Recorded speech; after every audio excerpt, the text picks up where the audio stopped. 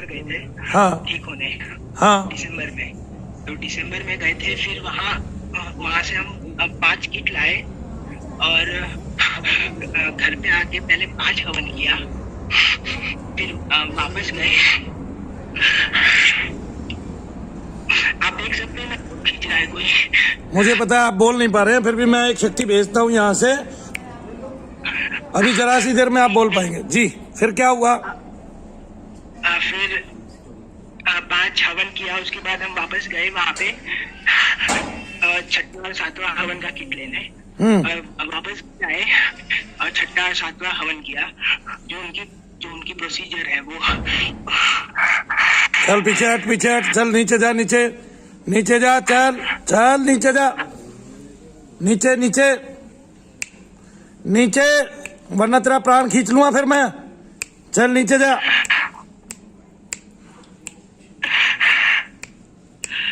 नीचे जा।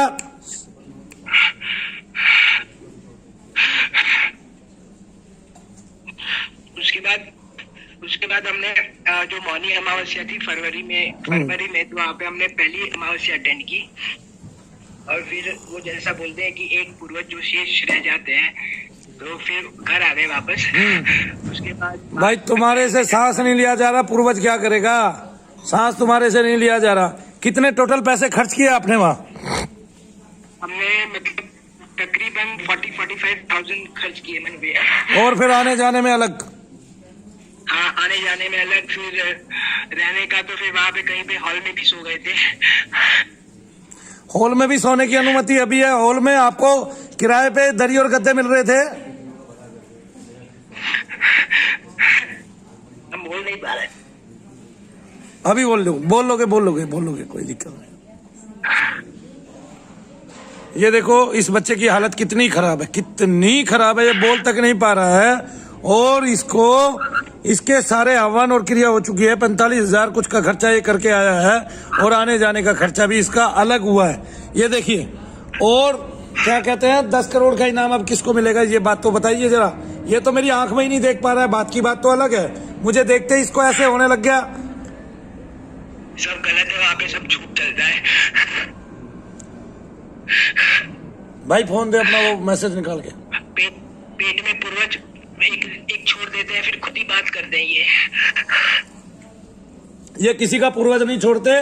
जो राधा रमन नाम का तांत्रिक है, वो खुद दूसरे के पेट में घुस जाता है, और फिर उसमें से उसी आदमी का क्या कहते हैं पितृ बन के बात करता है। ये यहाँ की प्रक्रिया है। और सामने जो बैठा होता है किसी के भी अंदर घुस जाता है। राधा रमन के पास इतनी शक्ति थी, उसी का एक अंश बाकी है वहां पर, वो किसी के अंदर घुस जाता है, और किसी के अंदर से भी वो वही बात करता है जो वो बात करना चाहते हैं। और एक में नहीं, पूरी पीढ़ियों में घुस जाते हैं मनु भैया वो। तो आपकी तो ब्लड लाइन काट दी थी, आपका तो क्या कहते हैं डीएनए काट दिया था, फिर आपको इतनी परेशानी कैसे है? आप तो ठीक होने चाहिए, उल्टे आप जो है ना क्या कहते हैं वो हो गए बीमार। देखो सुनो मेरी बात मेरे बच्चे,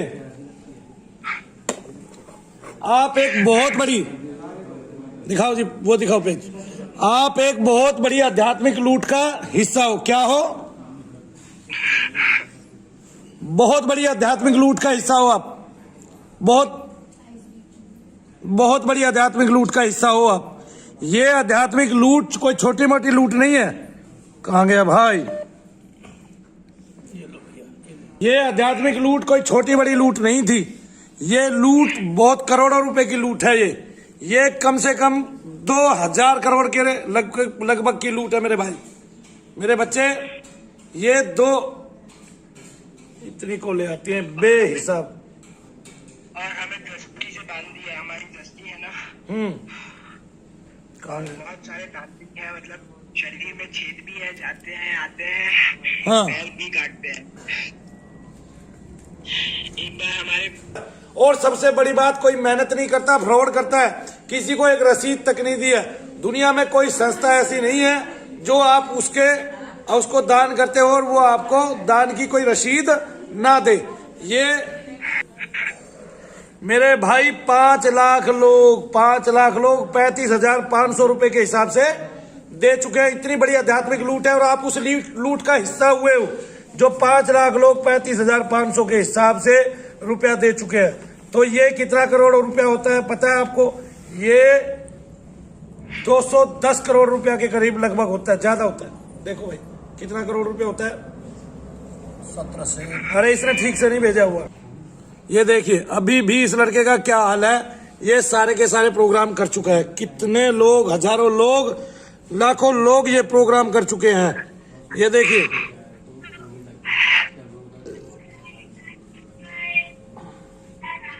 कहाँ भेजी हुई है यार उसने भी रसीद।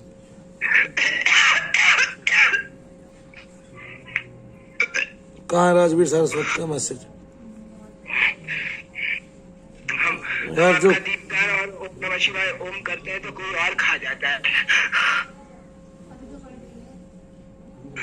आप तक शायद पहुंचता भी नहीं वो। मेरा दीपदान कोई नहीं ले सकता, कोई नहीं खा सकता, इसलिए तुझ पे जोर पड़ता है क्योंकि तेरी चीज कटती है, उसका दबाव पड़ता है, तुझे खुजली होती है, बेचैनी होती है और तुझे परेशानी होती है। लोग दीपदान की प्रक्रिया कर रहे हैं, क्यों? क्योंकि वो वहां ठगे जा चुके हैं। पूरे वर्ष की सबसे बड़ी आध्यात्मिक लूट ये है पिछले 5 वर्षों की।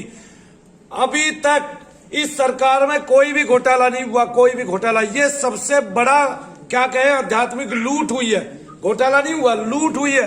और ये लूट कितने की हुई है मैं बताता हूँ। 1775 करोड़ 5 लाख लोगों से 35,500 के हिसाब से ले लिए गए हैं, 45,000 के हिसाब से ले लिए गए हैं। दूसरा, इस लूट में जो मुंह दिखाई है वो भी 21 करोड़ की है। 1 लाख लोगों ने कम से कम 2100 रुपए की मुंह दिखाई दी है। इसके अलावा 3 लाख लोगों ने 500 रुपए की यंत्र स्थापना अपने घरों में की है, वहां की कानपुर वाले की, जिसका कम से कम मिला के मिनिमम जो है 15 करोड़ रुपया होता है। टोटल मिला के 1811 करोड़।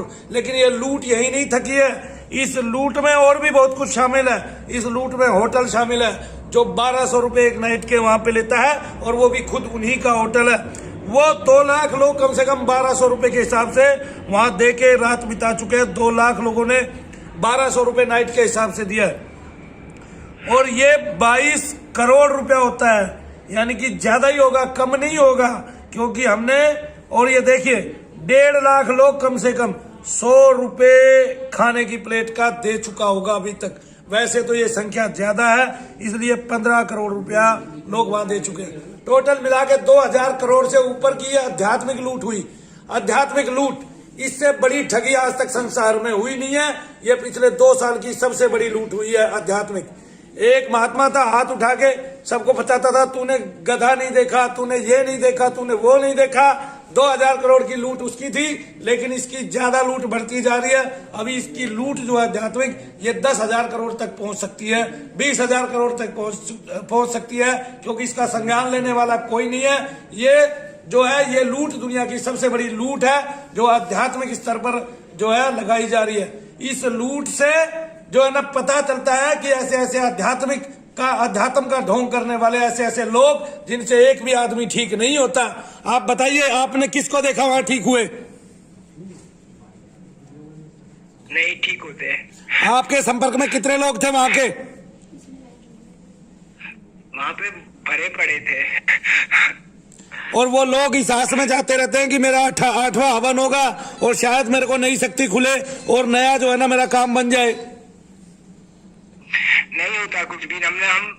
हम 2-3 महीना असर का संकल्प किया, लेकिन कुछ फायदा हुआ नहीं। 1 रुपए का फायदा नहीं हुआ। असर का संकल्प देख लीजिए, असर का संकल्प कैसे निकलता है। 1 रुपए का फायदा नहीं हुआ।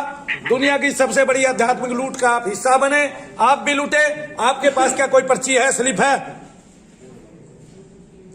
नहीं है, देते भी नहीं है। देते नहीं है तो लोग बोलते नहीं है कि हमें स्लिप चाहिए? नहीं मांगते शायद, ये रीजन है। लोग अध्यात्म में यही करते हैं। और ये लुटेरा जो है दुनिया का सबसे बड़ा गुंडा, ये जो लुटेरा है 3 बार एनएस से लगी हुई है। ये बचपन से ही जब से पैदा हुआ देश को लूट के खा गया। इससे बड़ा लुटेरा शायद ही कोई होगा। 4-4, 6-6 कंपनी अपने बच्चों के नाम पे बना रखी है। सारा फ्रॉड है, ऊपर से लेके नीचे तक साला फ्रॉड में धसा पड़ा है। नंगा आदमी है, इससे बड़ा नंगा ना तो दुनिया में देखा है। ये देख लीजिए, इसके 10 करोड़ रुपया बनते हैं कि 8 हवन होने के बाद आदमी ठीक हो गई होगा।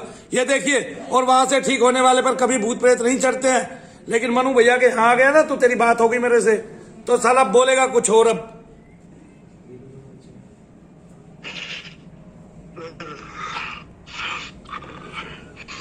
तेरे प्रेत का बाल बाका नहीं हुआ, तेरे प्रेत के बंधन तक नहीं खुले। साले पे हरामी पे अपने ही गुरु को दूसरे के अंदर घुसा के हाजिरी दिला देता है, अपने ही गुरु को, और किसी में नहीं घुस पाता है तो उसी का प्रेत उसको दुखी करता रहता है। देखिए बच्चे की कितनी बुरी हालत है, कितनी बुरी हालत है बच्चे की, बात ही नहीं कर पा रहा है।